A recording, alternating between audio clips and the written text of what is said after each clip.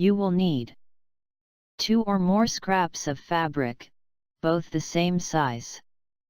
A piece of thin fusible interfacing, this is optional, but makes it much easier to finish your piece.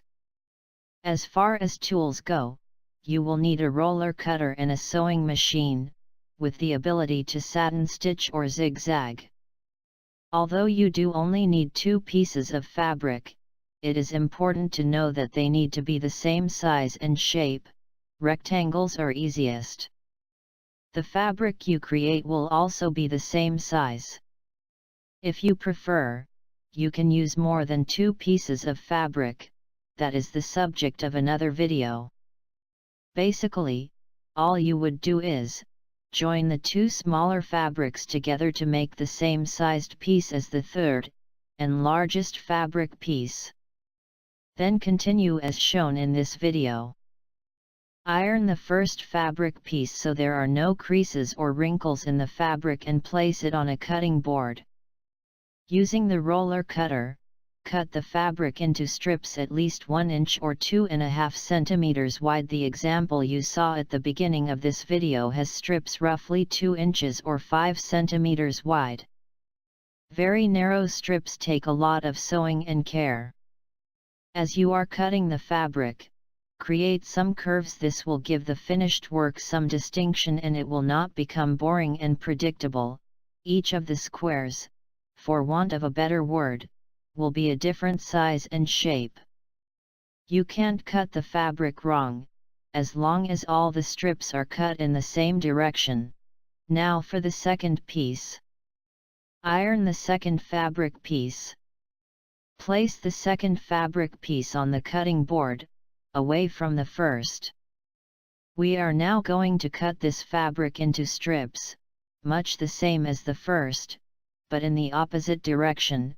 These strips will then be woven through the first set. Once again, feel free to cut curves. The cuts do not need to be straight lines. Accuracy here is really not important. Once finished, leave all the pieces on the cutting board as they are.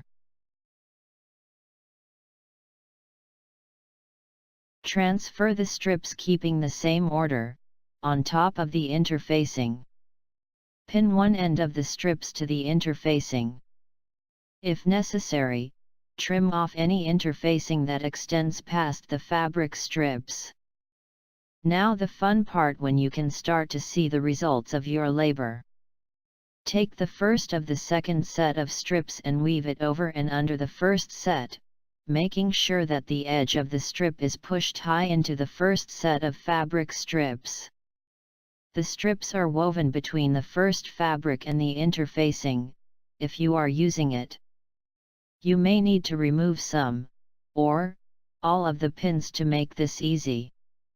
Then take the second strip and weave this through the first set too. This time, take it under and over the first set of strips to make a checkerboard pattern. Push the second strip as close as possible to the first. Continue in this way until all of the second set of strips have been woven into the first. Because you started with 2 pieces of fabric the same size, you should end up with that same size once every piece has been woven in.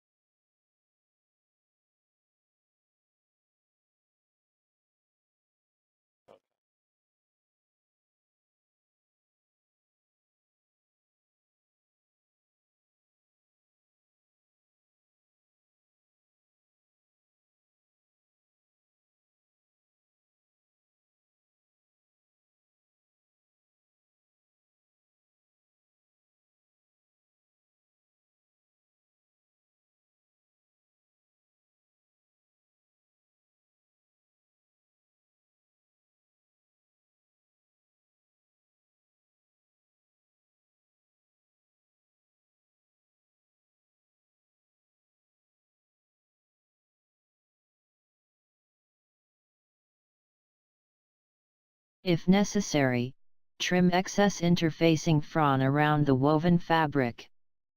This will prevent it sticking to your iron.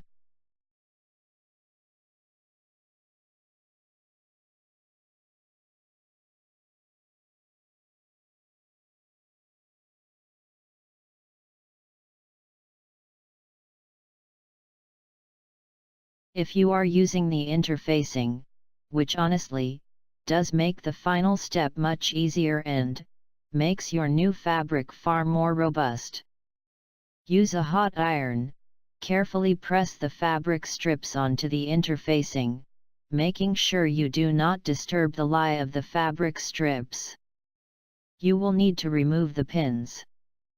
If you are not using interfacing, pin each piece in place, taking as much care as you can, to retain the positions of the strips.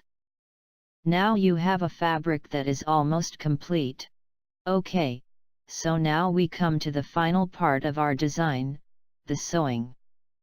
Using a satin stitch or close zigzag, sew the edges of the fabric together.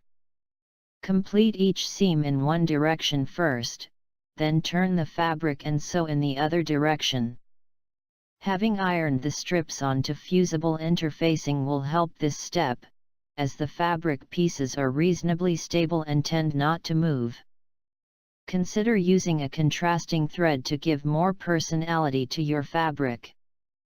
We hope your fabric is just super.